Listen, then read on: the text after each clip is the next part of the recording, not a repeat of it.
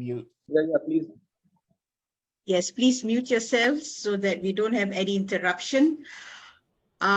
Good morning, good evening, good afternoon to everyone here who's present. Thank you so much for joining us. My name is Rivka Reis, Chairwoman of Herut India and Makshime Herut India. I would just like to introduce Herut India to those who don't know us. Herut India is the first and only Zionist movement established in India in October 2020. And soon after the 38th WZO Congress meeting, Congress which we had in October 2020. Herut at the moment has 11 branches all over the world, working in tandem to foster Zionist education, to initiate educational activities such as webinars, such as this, and imbue Jewish youth with a love for the nation, the homeland for Eretz Israel and the traditions of Israel. We also develop an understanding of the necessity for preserving the Jewish character of the State of Israel and the Hebrew language. Herut India organizes activities all year round for the benefit of Jews in India and around, and as well as the emerging Jewish communities, which we believe sharing is caring. Today, we will be learning about the similarities that India and Israel share, how in fact some Indian traditions, customs, religious observances reflects that in Judaism. As a Jew having roots in India and Sri Lanka, this webinar will encourage viewers to think and appreciate that we are all in fact connected some way or the other. So without much ado, I would like to introduce our speaker.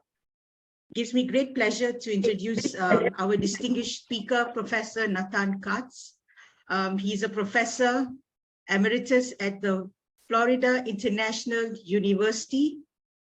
He has been a seminal figure in the field of Indo-Judaic Studies with his wife, Ellen Goldberg. He authored pivotal books and scholarly articles about the Jews of India. He's also the founding editor of the Journal of the Indo-Judaic Studies and has been deeply engaged in Jewish, Hindu, Buddhist, Jain interreligious dialogues. In the academic world, Professor Katz has written 15 books and more than 100 academic articles. He has won numerous awards, including the Fulbright grants, and was a finalist for the year 2000 Jewish National Book Award. Professor Katz's books include a memoir, Spiritual Journey Home, Eastern Mysticism to the Western Wall in 2009. We Are the Jews of India in the year 2000, which was a finalist for the National Jewish Book Award, The Last Jews of Cochin, Jewish Identity in Hindu India with his wife, Ellen Goldberg, to name a few. So he also has studied, taught, researched, and lived in South Asia for more than 8 years. And together with his wife, led study tours throughout India and Sri Lanka. So without much ado, I invite Professor Katz to speak and let us hear what he has to say today and maybe learn something or two. Thank you so much. Shalom.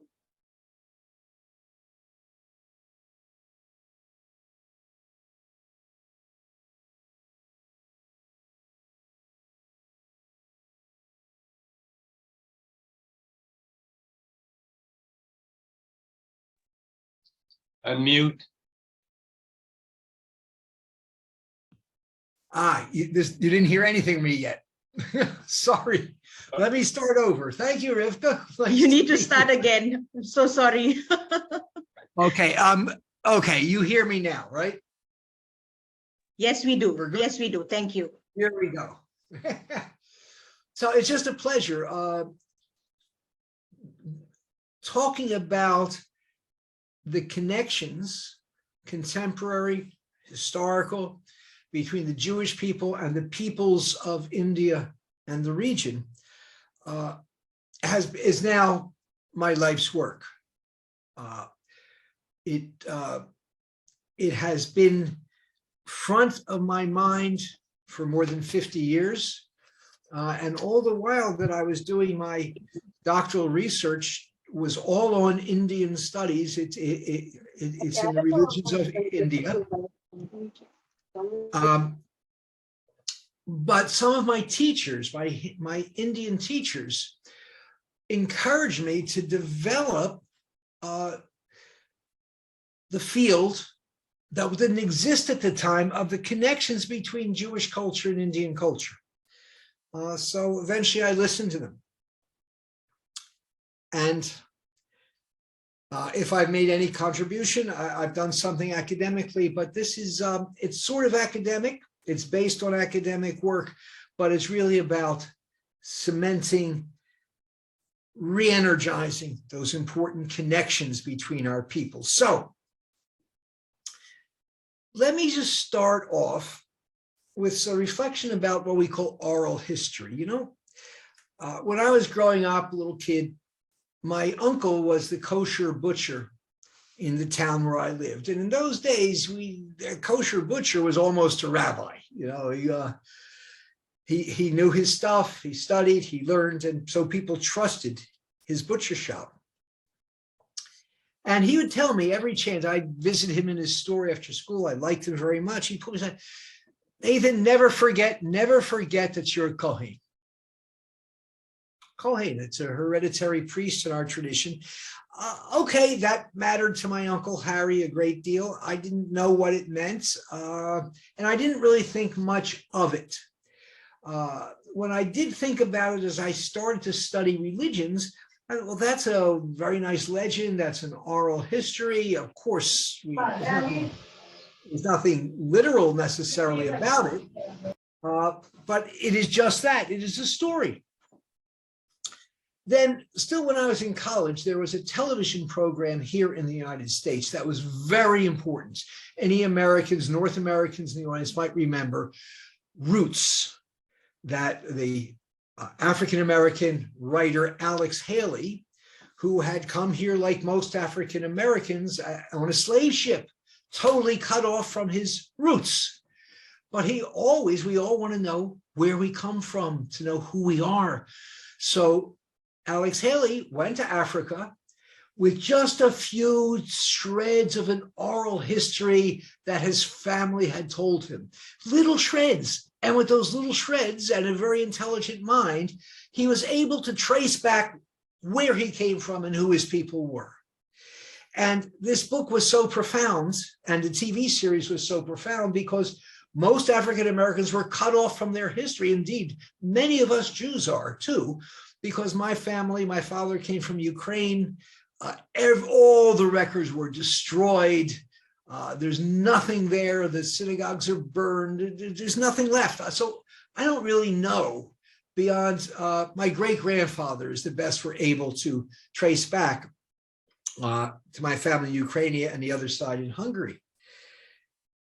But if Alex Haley could tell African Americans that indeed we can access our history, which is part of discovering who we are, that means there's something to these oral stories, what we like to call legends. So legends that I am a descendant of Moses' brother Aaron.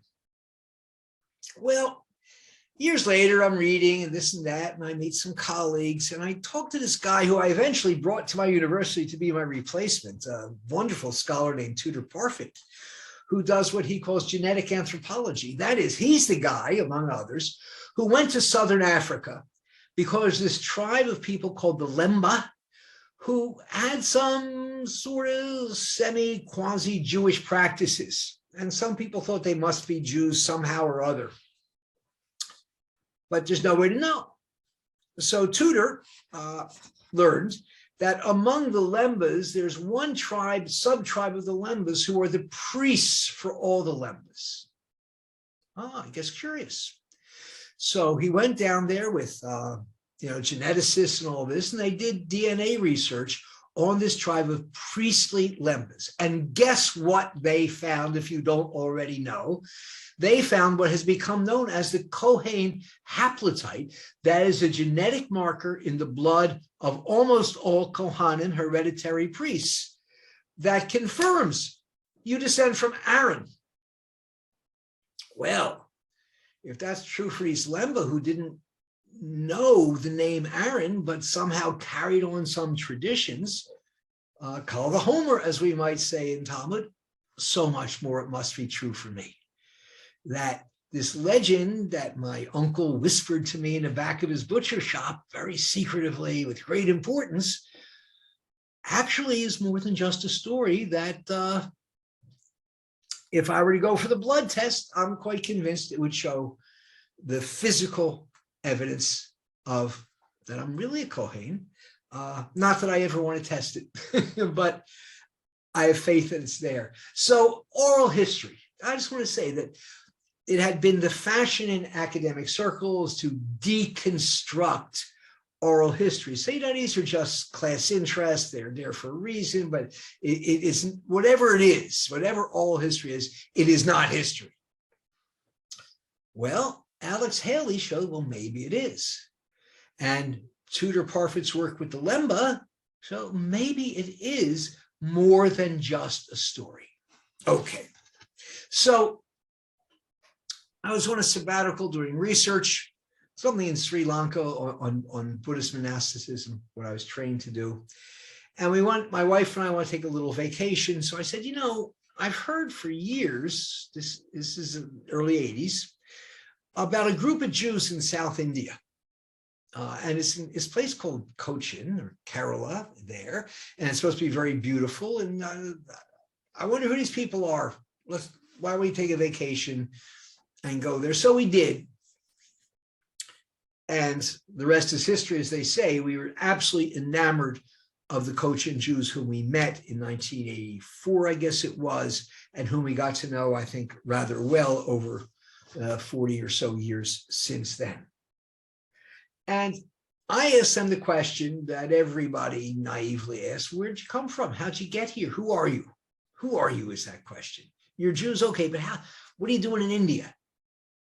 Right? And they said, oh, well, and they took me in their synagogue, and in the synagogue are 10 paintings. Some of you may have seen them in the anteroom there, that depict their history, their oral history, if you will, of how, when, why they came to India, what happened to them in India, and so on and so on. And these paintings and their narration of their history begins that when the second temple was destroyed in Jerusalem, that would be the year 70 of the first century of the Common Era, a long time ago. When that temple was destroyed, the Jews had been defeated by the most powerful empire in the world, the Romans, and they were sent all over the world. A few remained in Israel, but a lot went to Turkey, to North Africa, and a few came to India, they say, and we are they. We came to India with the destruction of the Second Temple. We've been here ever since. Wow, that's just astounding news. Is it just a legend? Is there anything to it? So my first sort of academic job after I came back from a brief visit to Cochin was to try to get a sense of what of that legend can be and what can't be confirmed. What is literally or historically true and what maybe isn't. So I'm going to discuss with you what I was able to find out of Jewish culture and India cultural connections from the earliest period of Asian history, from the time, believe this or not, of the Indus Valley civilization, or the Saraswati civilization, as you may call it, prefer to call it, and Mesopotamia in the Middle East. So that's the ancient time. I'm going to tell you about that. Then I'm going to look at what the Bible says about India. And yes, it does. Then, since I'm trained in Indian literature as well as Jewish literature, I'm going to tell you what I found in Buddhist literature that has something to do with the biblical stories. You're going to be very, very surprised. Then after talking about Buddhist literature, I'll talk about some later biblical texts and then talk about some items I found in ancient Tamil poetry that also bear on this question of when did the Jews come to India, believe it or not. Then there are 4 references in our writings called the Talmud. I will tell you about those. And then the Greeks are up to something when all this is going on too. Now we're getting towards the 1st century and the Greeks rule the Holy Land. And they had things to say about India and about Israel and Jews and so on. We'll see what they said and what they did. Very important. And then we'll end up by looking at 1st century, still very old, secular Jewish literature, not the Bible, not the Talmud, history and philosophical literature from the 1st century. And that's as modern as we're going to get. So we're going from the Indus Valley civilization until the 1st century. So it's roughly 4,000 or 5,000 years ago, up until 2,000 years ago. After that, that's other stories to tell. But this is India and Israel in the ancient world. All right. So what do we know? What do we know? Now, we know a fair amount about the Indus or Saraswati civilization. That was a great urban, the earliest urban agricultural civilization in the world. And what is not as well known as that, the Indus civilization was very advanced in commerce. They were great traders. So we learned that, in fact, from the Gilgamesh epic, which is the Mesopotamian creation of the world story, Gilgamesh. So it's very old. It's many think it is the oldest literary document in the entire world. So as long as there's been writing, this is what they've been saying. It dates from the middle of the 3rd millennium before the Common Era, or BCE. That's very old. That's 5,500 years. I mean, it's amazing. And this Gilgamesh poem tells about a place called Telmun. What is it? We don't know for sure, but it describes it as, and I'll read a sentence or two, a holy, pure, clean, radiant land where there's neither sickness nor death. It's a place blessed by God, by the God they talk about as Enki, who is a Sumerian god.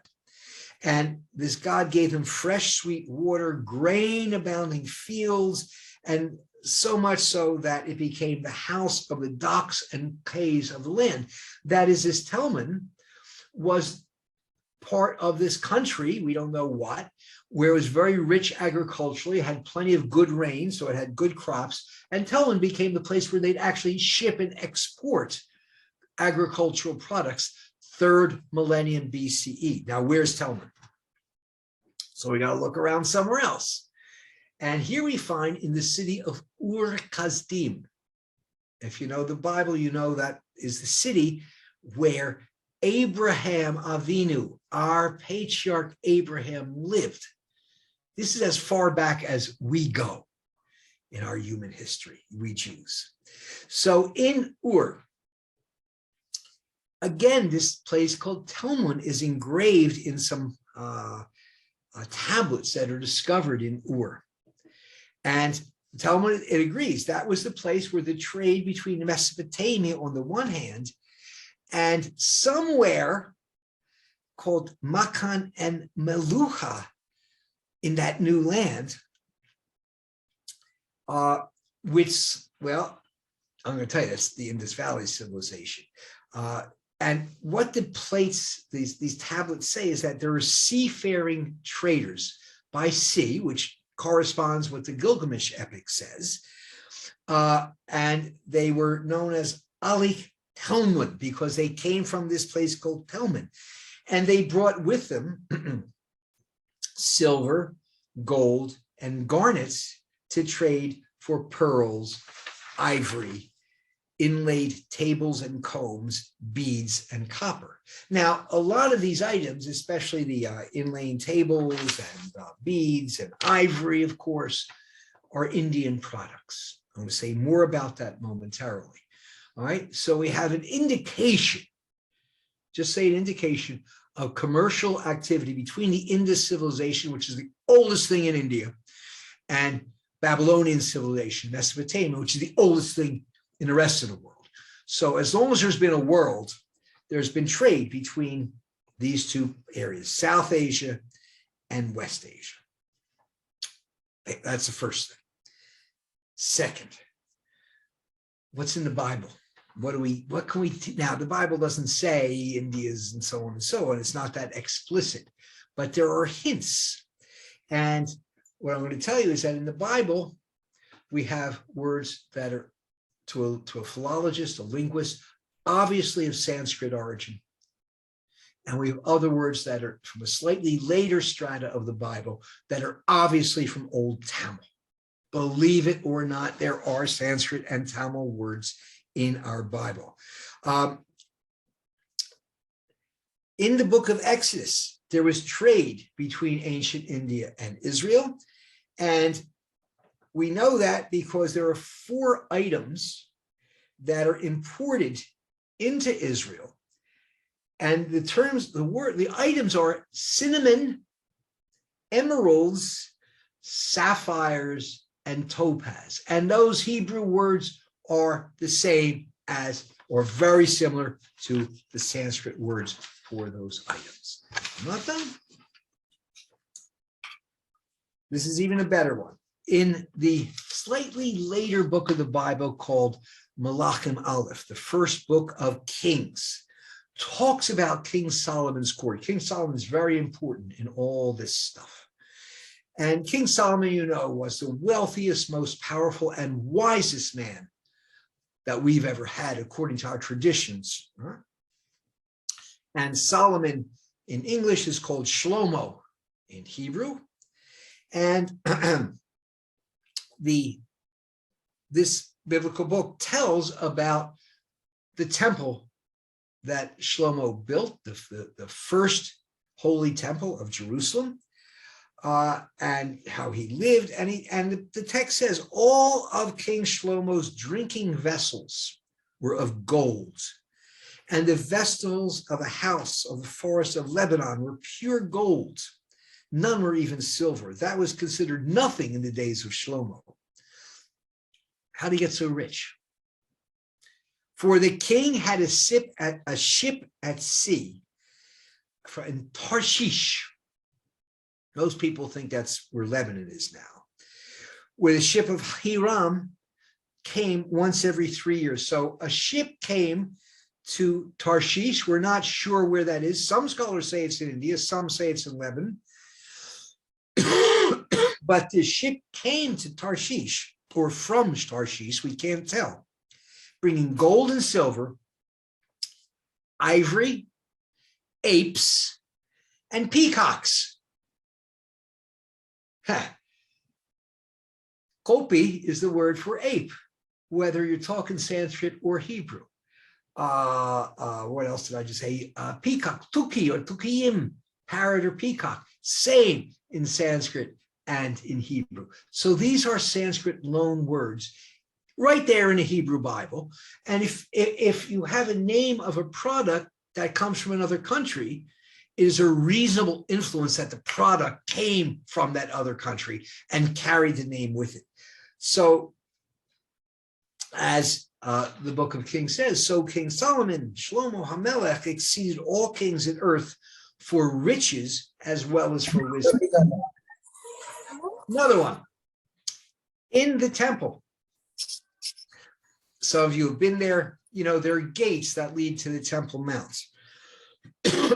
And one of those gates, well, they all have doors on the gates, but one set of doors are known as the Niknor, Niknor, doors or gates. So what's Nicanor is not a Hebrew word. What does that mean? So one of my colleagues at JNU in New Delhi, by the name of Chakravarti, he's a commercial historian. And he finds in other records from India altogether that there was this very important merchant in India named Nicanor. He did research into Nicanor and what did he sell and what did he buy and so on. And it's some of these items we just mentioned that King Solomon bought. So it seems, no certainty, but it really seems plausible that this Nicanor fellow was an Indian merchant who sold these items to King Solomon for building the temple. And I guess he was so happy with the deal, he made money, whatever happened, he donated, he gave 2 very valuable, very important gates that are still there to one of the gateways to the temple. So again, India trade seems to be involved. Now, there's only one place in the Bible that India is named directly and explicitly, and that's in the Megillah of Esther, which is a late book. And the very first line of the Megillah of Esther says that the king of Persia, where Esther lived, was named Ahasuerus, and he ruled from Hodu Mikush, from India to Africa, Ethiopia, 127 provinces. And that's all we got. But the name Hodu is there in the Bible. Okay, that's what we have in the Bible. Suggestive, it's not a slam dunk yet. Now, I got some evidence from Buddhist literature, especially a couple of texts. One is called the Baveru Jataka. And a Jataka is a birth story of the Buddha. That is, the process of going from being a regular person to becoming an enlightened Buddha takes many lives, and that the wisdom of a Buddha includes the wisdom of one's own past lives. So the Buddha presumably remembered his past lives, and he could remember many things. And they're all homiletic, they're lovely homiletic stories that all make a moral point. But in this one, and Baveru is Sanskrit for Babylonia. So it's the Babylonian previous life story of the Buddha. And in there, we read, and I quote from it, that there were Indian merchants who took periodic voyages to the land of Babylonia. All right, so we knew that from the Indus Valley, but here's more. In another text called the Kevadu Sutta, the Buddha himself speaks, and these texts were written down in the 1st century. Purportedly, they come from the 6th century BCE, just to give you a time frame. And in the Kevadu Sutta, we read, quote, excuse me, long ago, emphasis added, merchants sailed far out of sight from the coast. Right? We talked about ships going from Indus to Babylonia. So they'd sail near the coast. Now, those of you who know the Bible story, you're about to get a big surprise. And when they would sail, they would take, quote, shore-sighting birds, which are released from time to time, in order that they may guide the mariners to land. That is, if the bird doesn't come back, you're near land, it's landed. If the bird does come back, it means you're not near land, you strayed off course. So that was how they guided their ships in the time of the Buddha, merchant ships, according to this text. Of course, we know the story of Noah from our Bible, and it's exactly what Noah did after the flood. He let birds go out. If the bird didn't come back, the waters had not receded. When the bird comes back, they knew the waters had gone down. They could land. That is, to me, that's just not a coincidence. Okay. One more connection from Buddhist literature, and this is called the Mahushada Jataka, the great purity story of the Buddha's life. And his story centers around a yakshini. You're Indian, many of you, you know that it's some kind of, how do you say it in English? A demoness, a female supernatural being who wasn't so nice. Anyway, in this story, in this Jataka, the yakshini, the demoness, stole a baby from the baby's mother, and she wants to eat the baby. The mother confronted the yakshini, but the yakshini claimed, no, it's not your baby, it's my baby. And they start to fight on whose baby it is. I'm sure you're getting the connection already. They're making a lot of noise, yelling and screaming. They're in the Benares, and somehow the Buddha was the Maharaja, the king of Benares at the time, and he overhears the commotion, says, what's going on? Bring those women here and ask them what's going on. And he offers, look, I'll resolve this if you agree, arbitration, you agree and I'll settle it. Okay. The Maharaja had a line drawn on the ground, and he told the yakshini to take hold of the child's arms and the mother to take hold of its legs, and said, the child shall be hers who drags him over the line.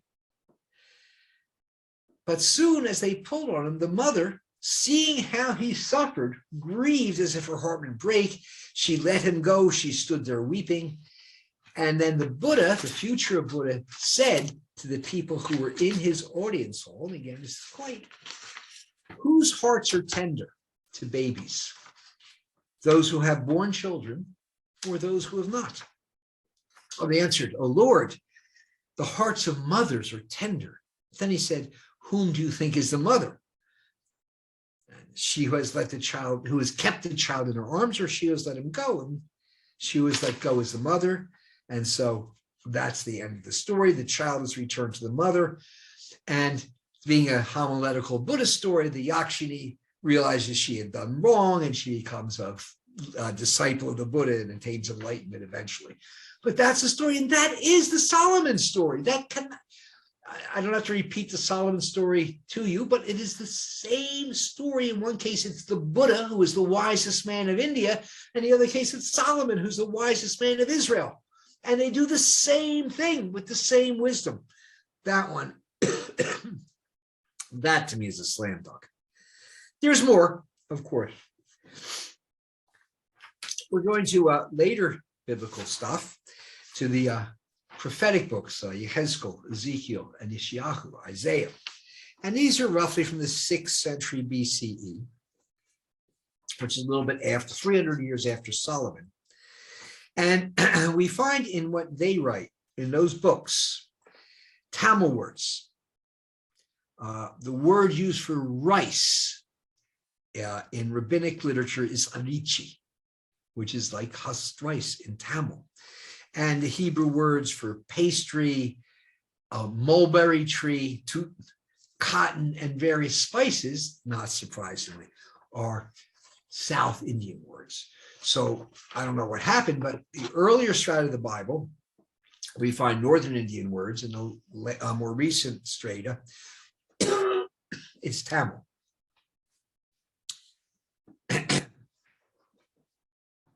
Now to the Talmud. The Talmud is the compendium of Jewish learning.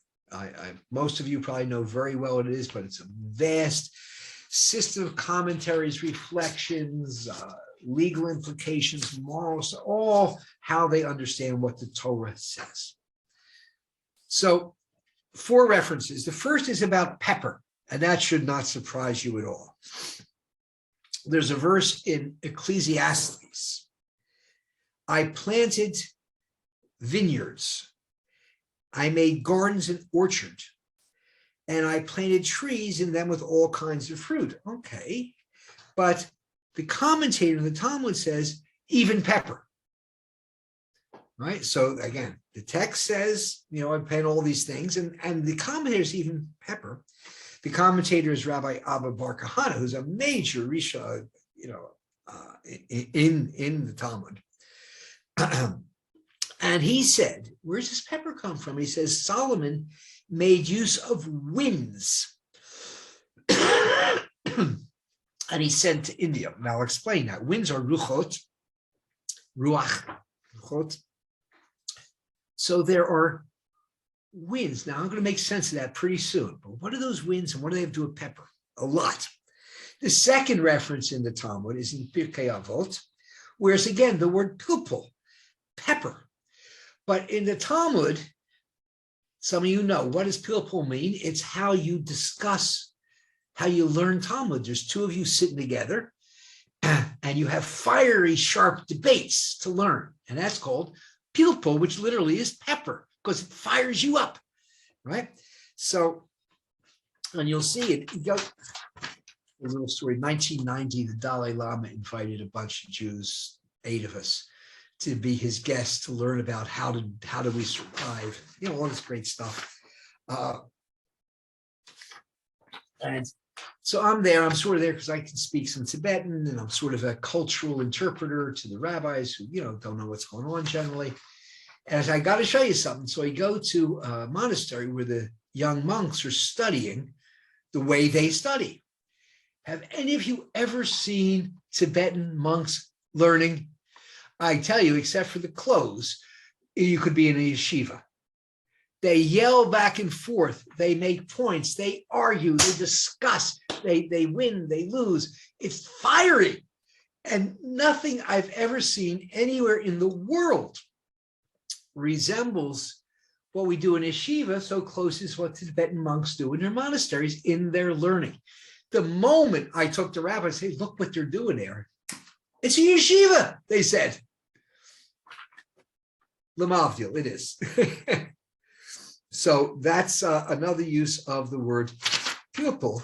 That is yeshiva education style. But there's more to pepper. Pepper's so important.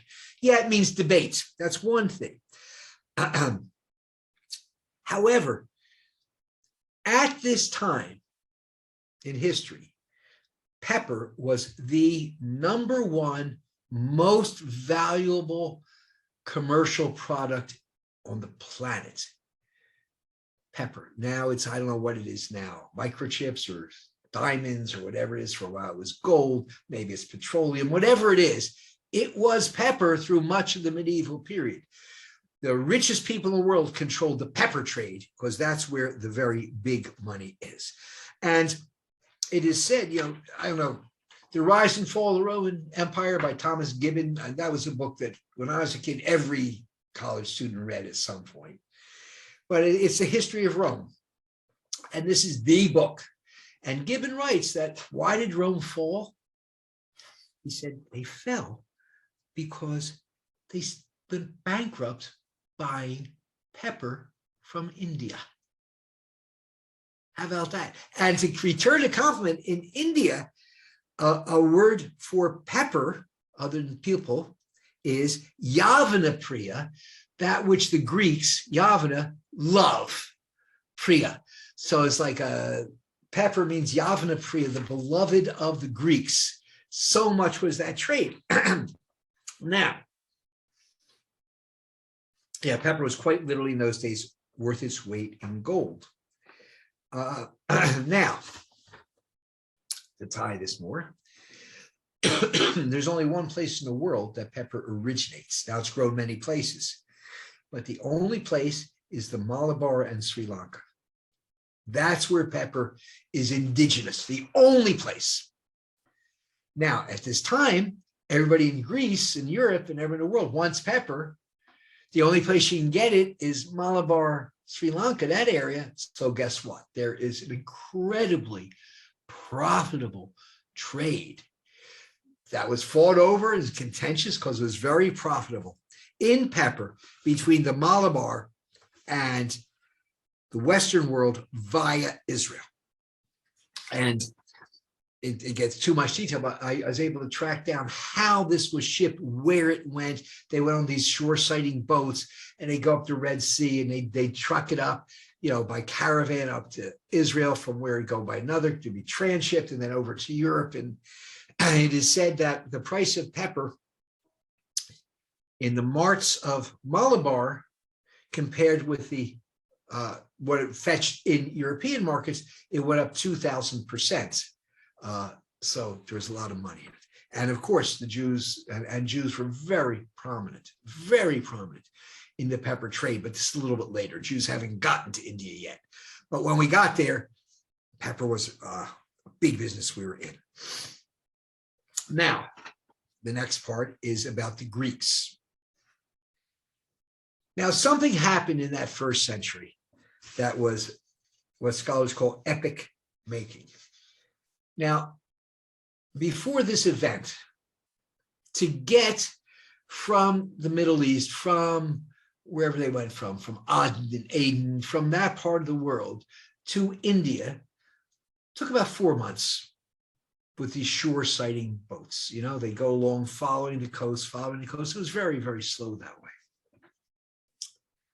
However, in the year 45, more or less, the middle of the first century CE. Now remember, the Jews say they went to India in the first century CE.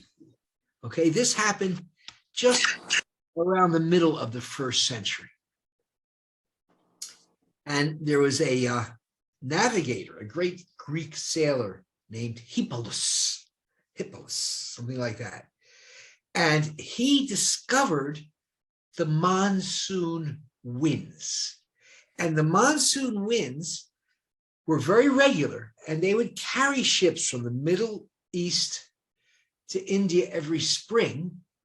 And then you wait a couple months. When the other monsoon came, the northeast monsoon came, you put it back in the ocean there near what is now Cochin, that general area. And in 1 month, we'll be back in the Middle East.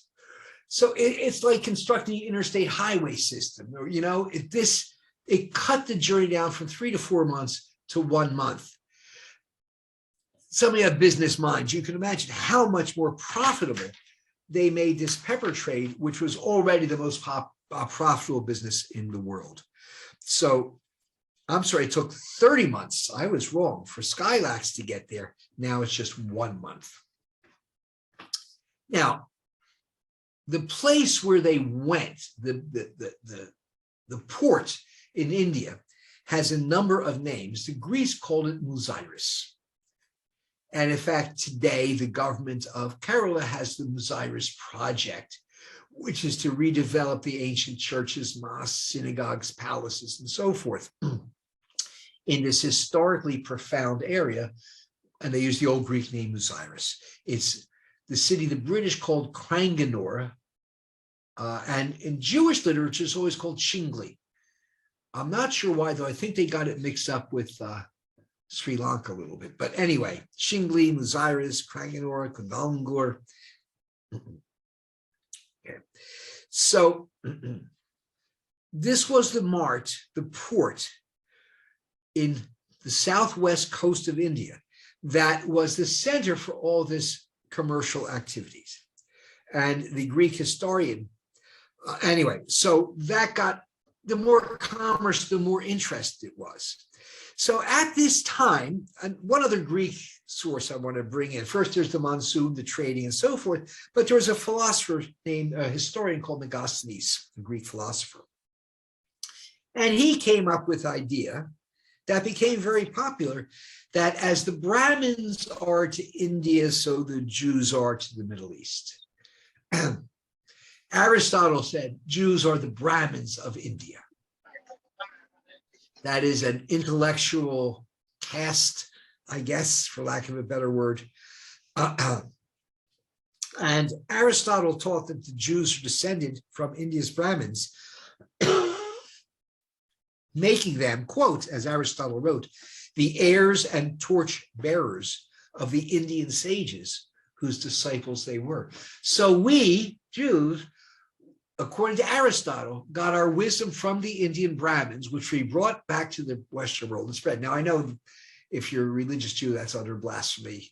I'm just speaking what historians said, so peace.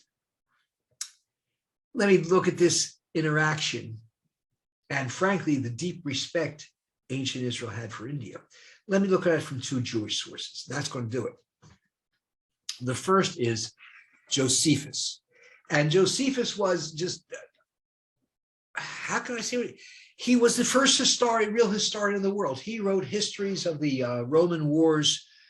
And he was there and he saw what was going on, and he's describing the Roman-Jewish wars at the time, and wrote about the ancient world in general. And he is just one of the most important historical sources that we have. And you don't have to be interested in Jewish history to need to know about what Josephus had to say. And he's writing during the Second Temple era. And remember, it's the destruction of the Second Temple when the Jews said they went to India. Okay. Some of you have been to Israel, and maybe you've been to Masada. And Masada is a rock fortress in the southern desert area that's elevated about 1,000 feet. And on top of this rock is a palace and a fortress and stuff. It's abandoned long ago, but it's quite remarkable to go see. And Masada is very famous for this reason. When the Jews were fighting the Romans were kicking butt, as it were. They were winning. So the Jews went to the top of Masada, a large group of about 1,000, which they figured they could defend against the Roman armies. So, and if you've seen it, you know, you know what it is. So according to Josephus, the Jews at Masada, the famous thing that happened there is, rather than fall to the Romans, the Jews committed mass suicide.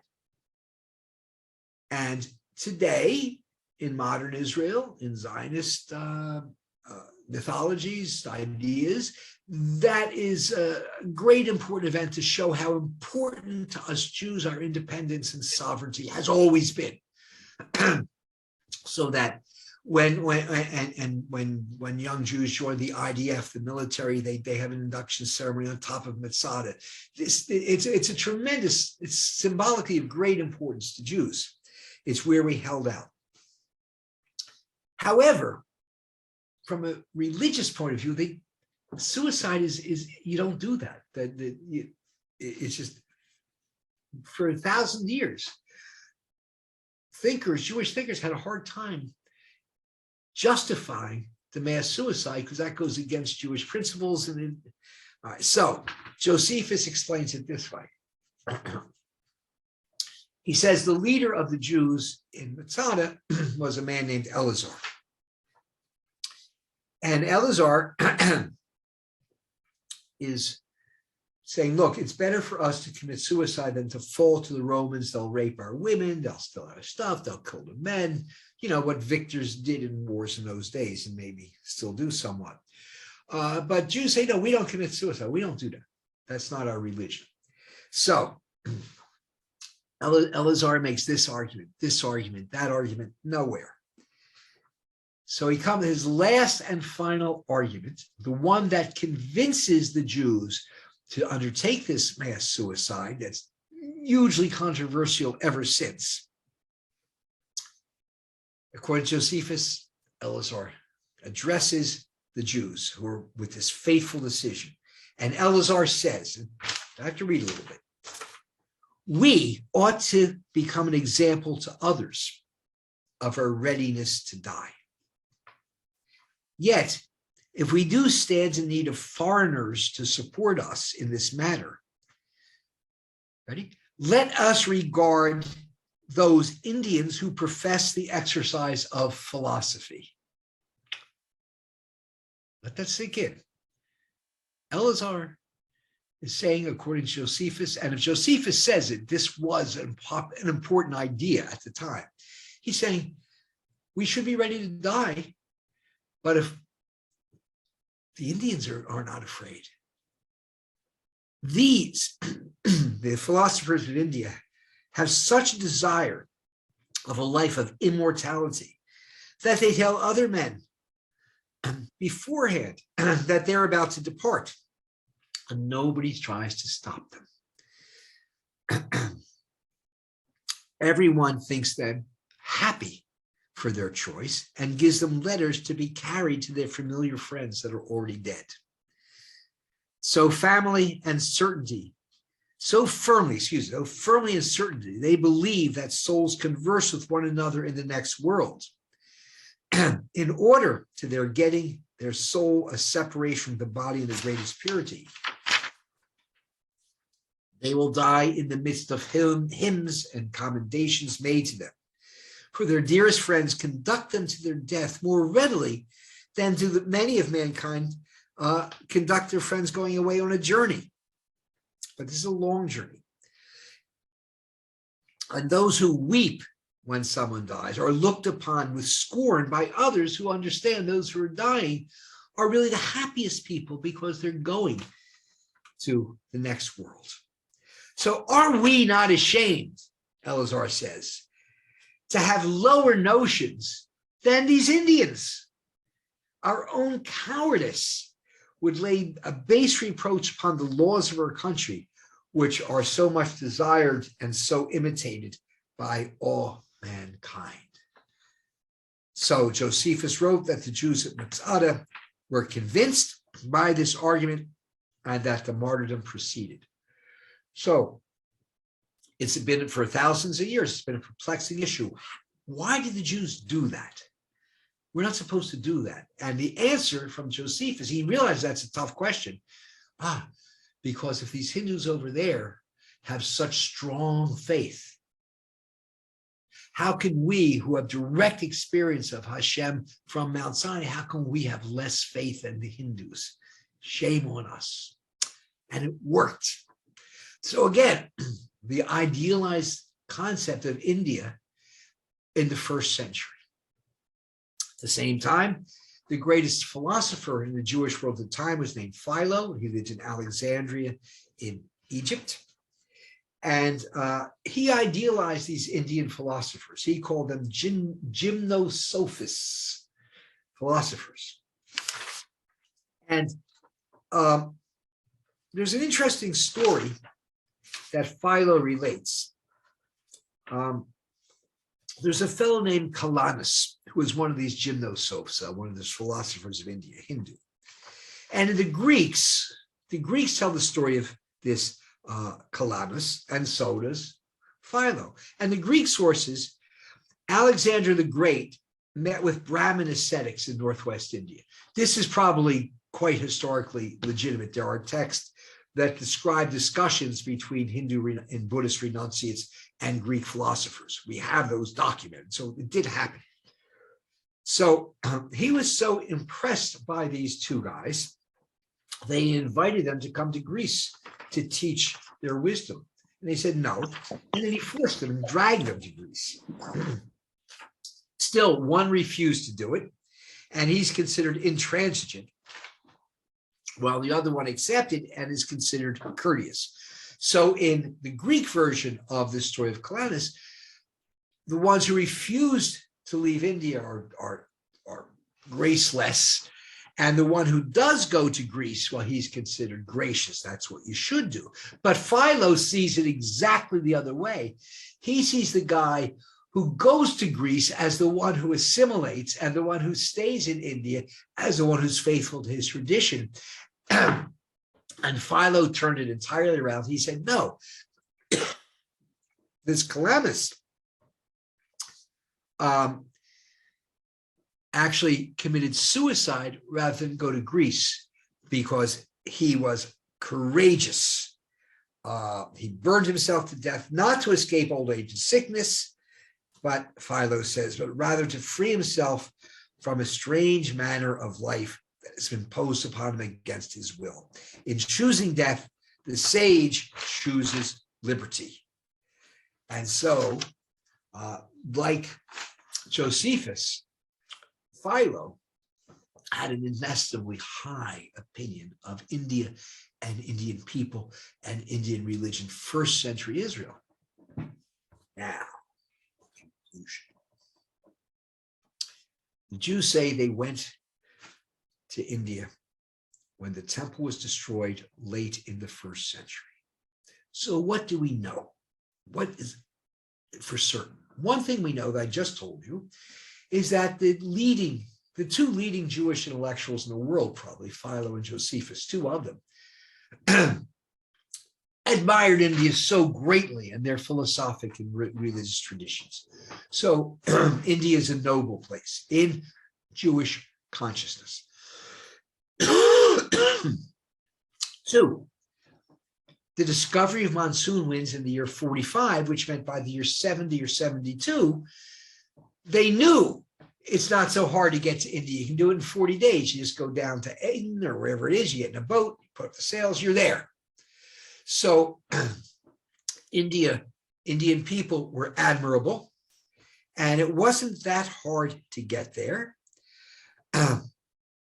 There was a very profitable trade in which they could make their living. They were thinking pepper at the time.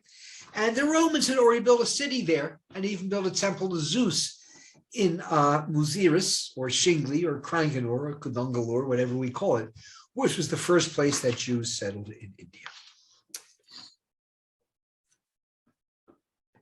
It was much later, 19th century, I guess, when the British were asserting their control over much of the world, including India.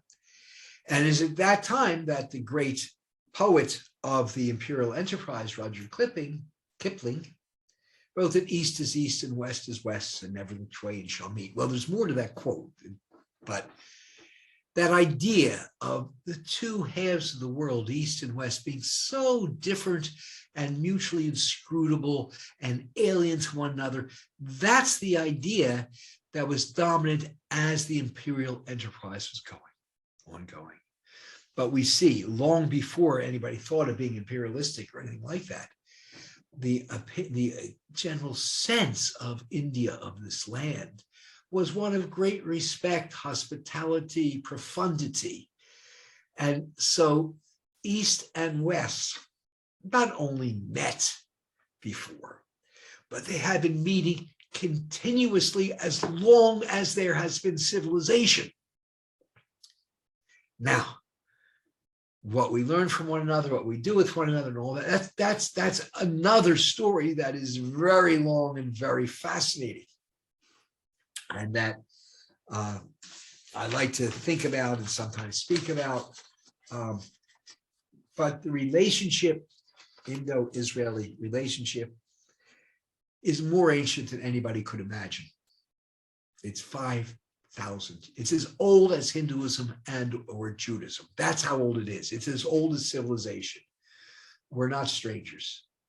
And that's India and Israel in the ancient world. Thank you so much. Thank you so much, Professor. That was absolutely mind-blowing. Thanks. Really, thank you so much, because I guess some of us, we've not been taught this kind of history in our history books. So this is simply amazing. I'm going to go through the questions here in the chat box.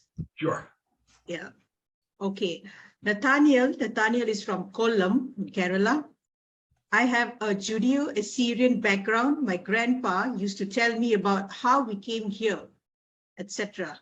Many references to Jews in India is to the Jews of Kollam, yet we do not have an active Jewish community here.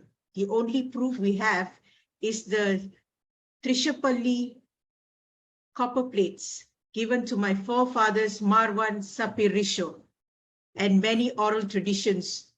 Do you have any idea what happened to the community in Kollam? Thank you, Nathaniel. No, I simply don't. I never saw any evidence that there actually was a Jewish community in Kollam. That's not to say there wasn't, but I went there and tried to poke around and look for a cemetery, look for something. I didn't find anything, but maybe I didn't look very well. There could be. There were a dozen or so Jewish communities throughout the Malabar area. And Kollam, of course, was always a major center. So there may well have been, I haven't, no one I know has dug anything up. But what you say about the Syrian Christians and the Jewish relations and the interconnectedness of our origin legends is quite remarkable. And I know, just having lived in Cochin and knowing the Jews there, they consider you all our cousins. They don't doubt your story at all. And I know it's reciprocated. So So I accept we're cousins. We went a little different path, but we're cousins. We've been neighbors. Thank you. I hope that answers your question, Nathaniel.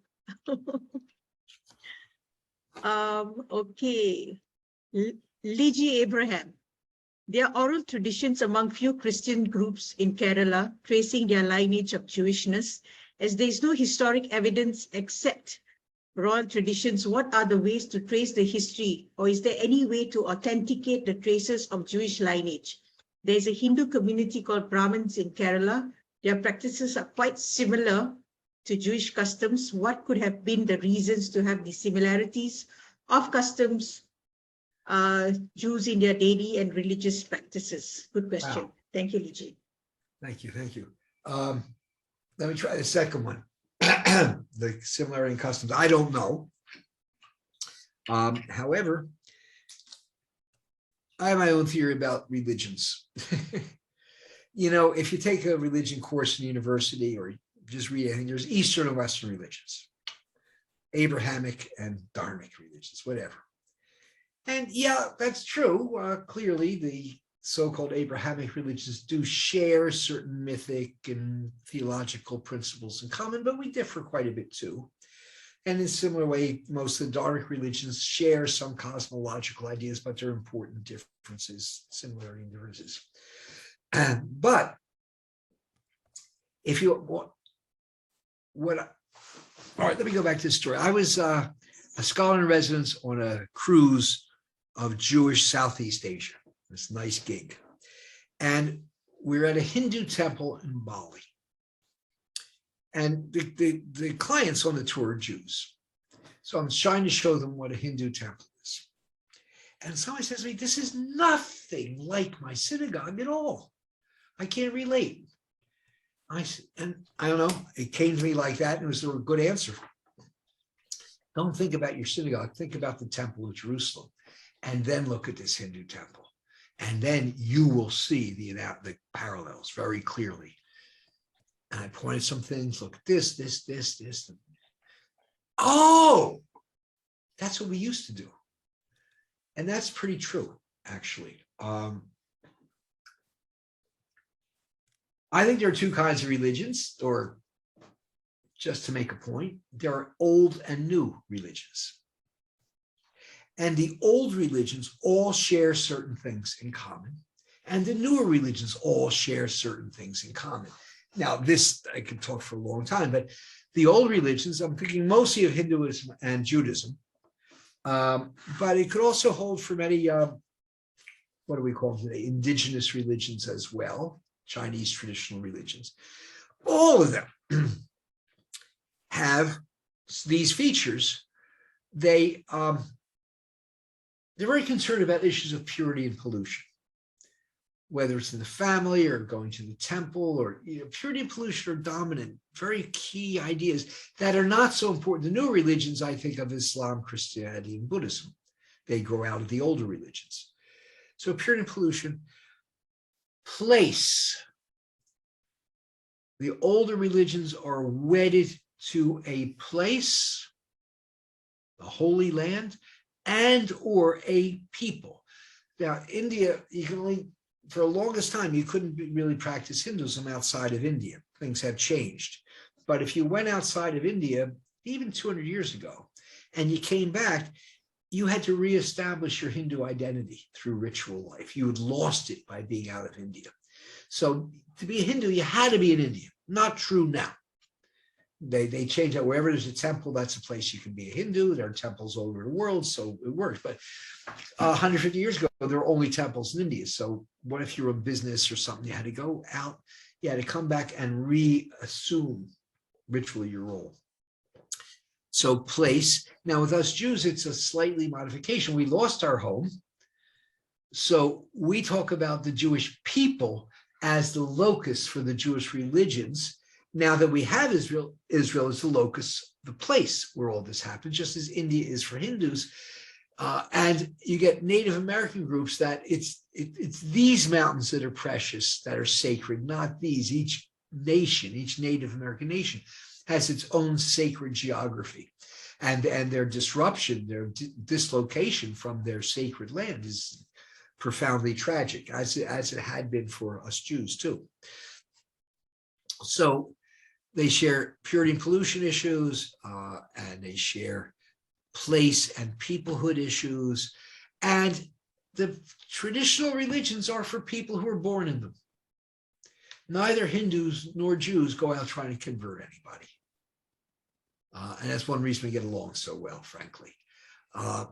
Unlike the newer religions, which are universal, not local, which means you can be just as good a Buddhist in this country as that country as this country, or a Christian or a Muslim. It doesn't matter where you are. You have full access to your religious life. Whereas I think one can say to really live the fullest Jewish life, you got to be in Israel. You can do pretty well here, but to fully, and I think it's similar in India, to really do the whole Hindu thing, you got to do the yatras and pilgrimage. You really, at least if you don't live in India, go there and do the stuff, which is what Indian Americans and Jewish Americans do. They make the pilgrimage. They send their kids, right? Because that's the holy place, and where we are is not. So that's a very big parallel. That is not true for Christians, Muslims, or Buddhists. Yeah, there's pilgrimage, but it's not the places and so on. So those are a couple of things that ancient religions have in common, and a couple of things that new religions have in common, and they're different. Purity, pollution, similar ritual structures. So think about specifically women's purity issues in Hindu world and in Jewish world are remarkably similar. Why? Because that's the way ancient religions are. So I forget why I was going in this direction, except to say that as ancient religions, we have certain things in common.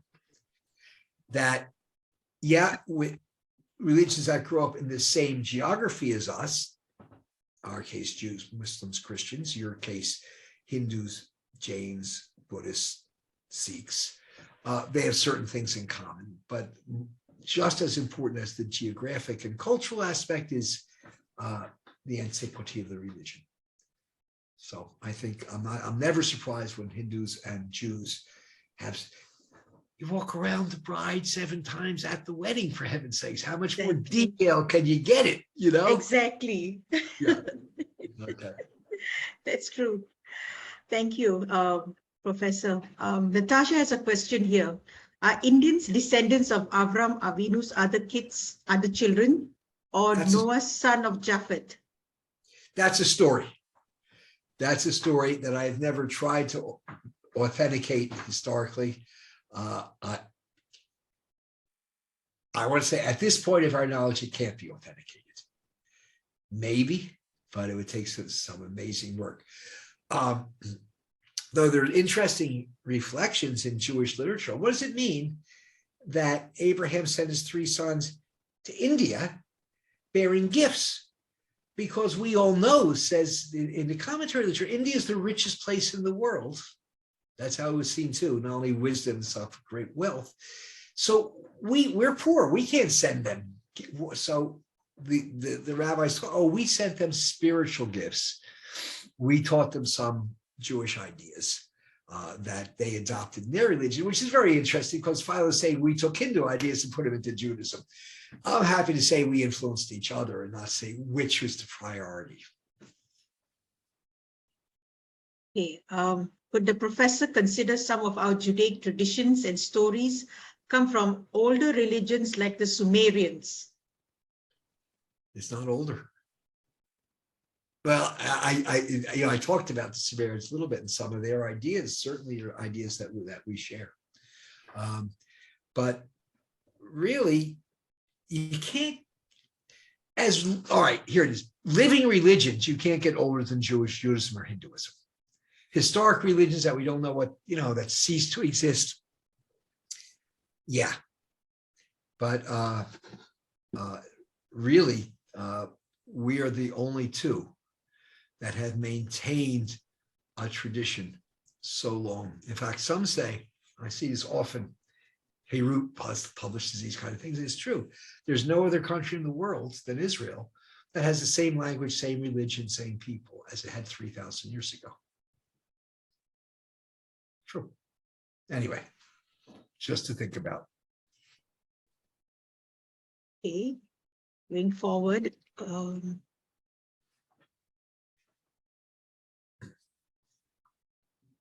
Professor, what do you think about more than 60 references of the word Yod-He-Vav-He in the Rig Veda, considered to be the holiest book for Hindus, used to mean supreme divinity in there as well?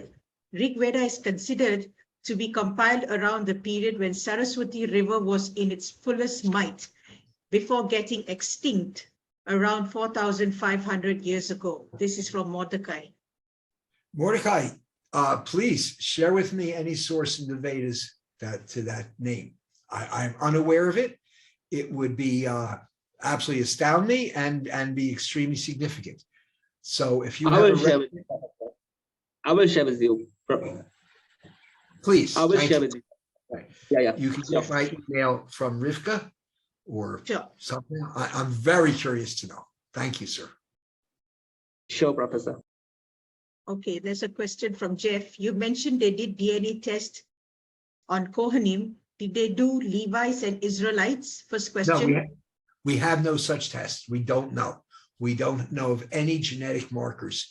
For Jews in general, only for Kohanim, we know the marker. That's because Kohanim, we have the very, very, very strict intermarriage laws. The marriage partners, Jews are only supposed to marry other Jews, we understand, but Kohanim, it's much more restrictive than that. So the genetics of the Kohanim are purer, it's a terrible word, than of other Jewish groups, because we've been very restricted in marriage partners. So the only Jews that we can identify as Jews by genetics as of now is if somebody has a Cohen haplotype, they're not only Jews, but they're descended from Aaron. Okay, Jeff's second question, why do people trust Josephus? After all, he was a traitor. He was, but he was the best historian of the century. He's the best we got, traitor or not. And what he said, there's nothing, what he said suits my purpose, so I like it. Okay, going forward, Rivka, my question is as follows. Is ashes of the red heifer original? Is required?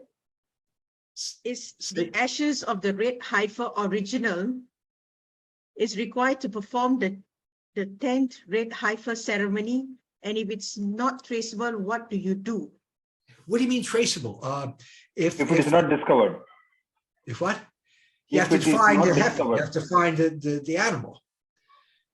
No, right? Not animal. I am talking about the ashes of the red heifer original, which is performed by Moses and which was carried in the by the Jews all the way around and kept in the temple as a reserve, which is right. 3,000 The red heifer.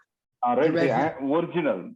I am not talking about the ashes of what they are going to perform now, which was performed by Moses 3,500 years back, original.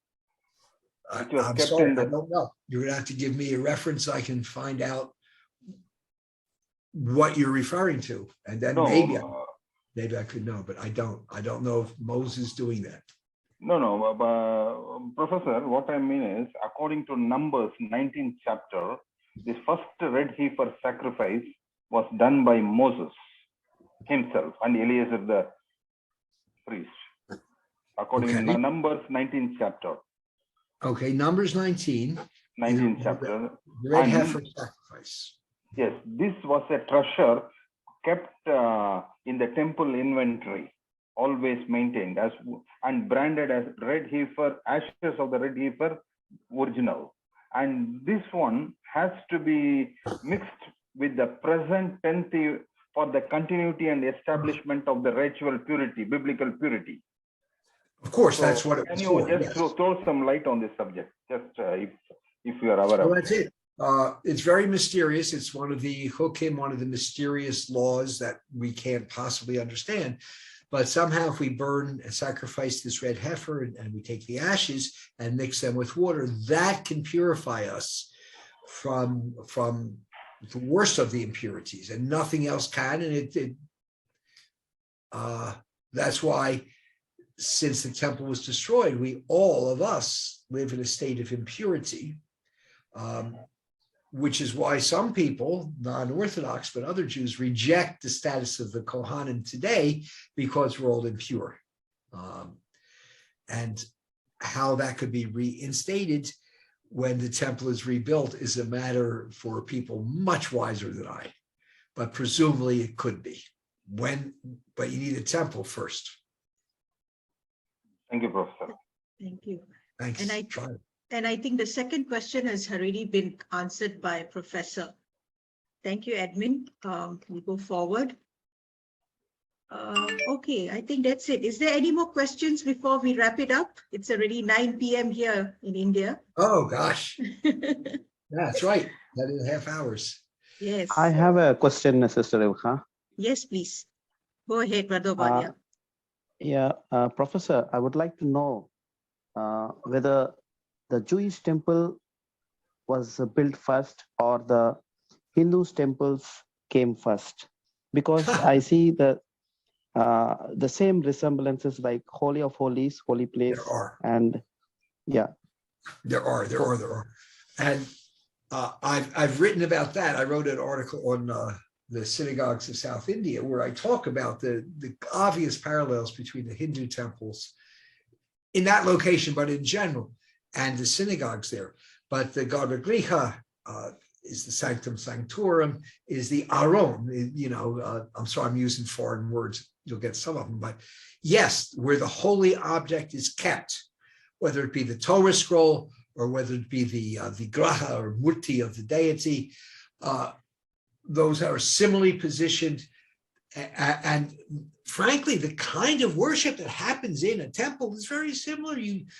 The temple is based, there's an idea that not everyone has the necessary purity to approach the deity. So it's whether the Brahmin or the Kohen, the offering would be given to the intermediary, the Brahmin or the Kohen, and that would be sacrificed or offered somehow to the deity. And then something of that sacrifice is returned as prasad, as grace, as a blessing to the one who brought it. So there's a lot in Jewish literature about the temple, how you'd bring your animal to sacrifice. It would be sacrificed, and then sometimes it would be completely burned as a sacrifice. Sometimes it would be returned to the person bringing the sacrifice to be shared and eaten as a whole sacred meal. That goes with prasad.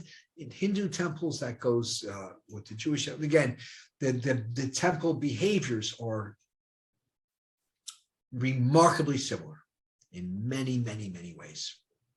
Again, when I was showing a modern Jew a Hindu temple, I said, don't think of your synagogue, think about the temple in Jerusalem. And he got it immediately.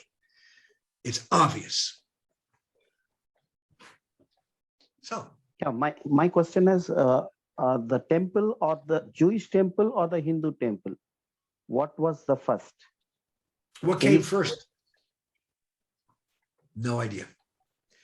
The first temple was built around 1000 BCE. That was by King Solomon. And I know of no record of when the first Hindu temple came to be. I don't know. I don't know of anybody who knows. But they're old. They're all old. Was there mutual influence in temple construction? It wouldn't surprise me, though I've never seen any evidence. But wouldn't surprise me. But which is older, I don't know. A lot of things I don't know. Thank you. Thank you so much, Professor. Thank you, Obadia. In from Malaysia is asking, what about Sikh temples? Which temples? Sikh temples. Yes. What about them? They're wonderful. They're wonderful. I love them. I don't know of any direct connection. The connection between a Sikh temple and a Jewish temple would be through Hinduism, I should think. I don't know of anything direct. That is, the Jewish temple is so old and Sikhism so new. Forgive me, I mean, it's 500-600 years old, that the influence I suspect would have come through Hinduism because that was the environment in which Sikhism grew up. But I don't know. Thank you. But you're still, if you go to a Sikh temple, you see what they're doing is very similar to what we do.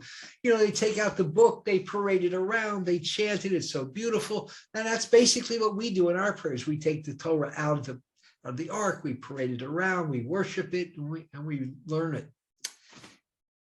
It's similar. It's amazing.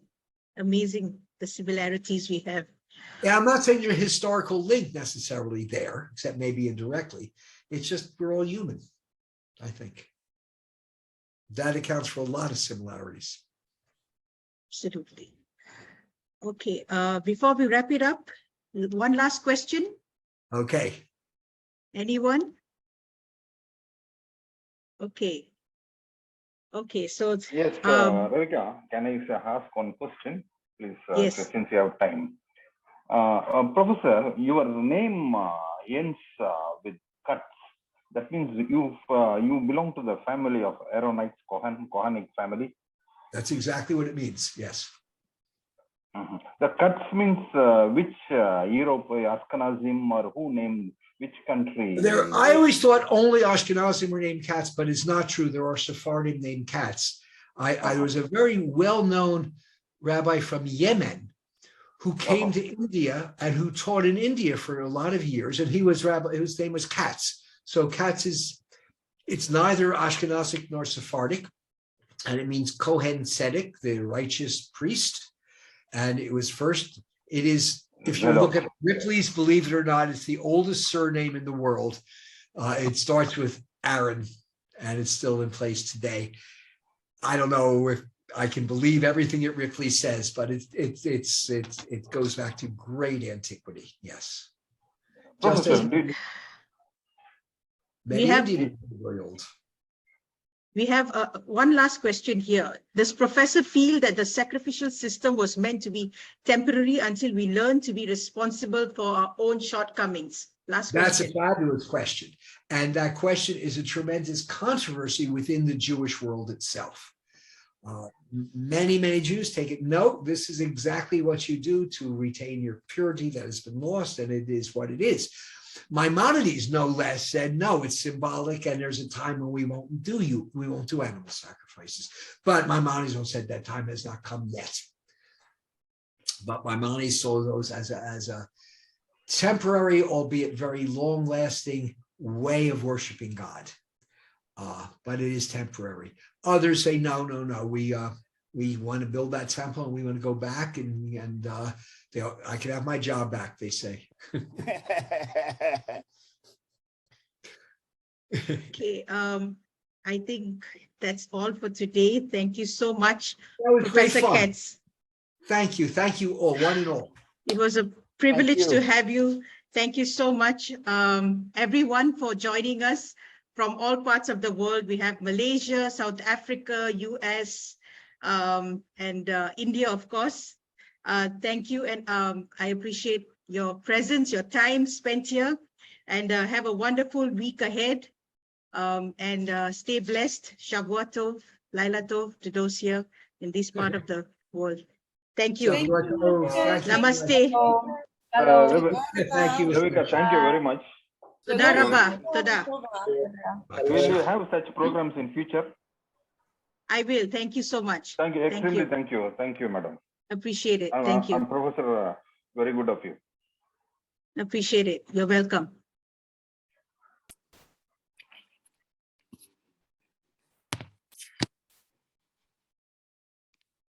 Thank you, Jeff. Good night. Good night, good afternoon. See you on. Shalom. Bye-bye. It's still Mincha time here. Yes. And I'm going to have my supper. So good night. Shalom. Thank you.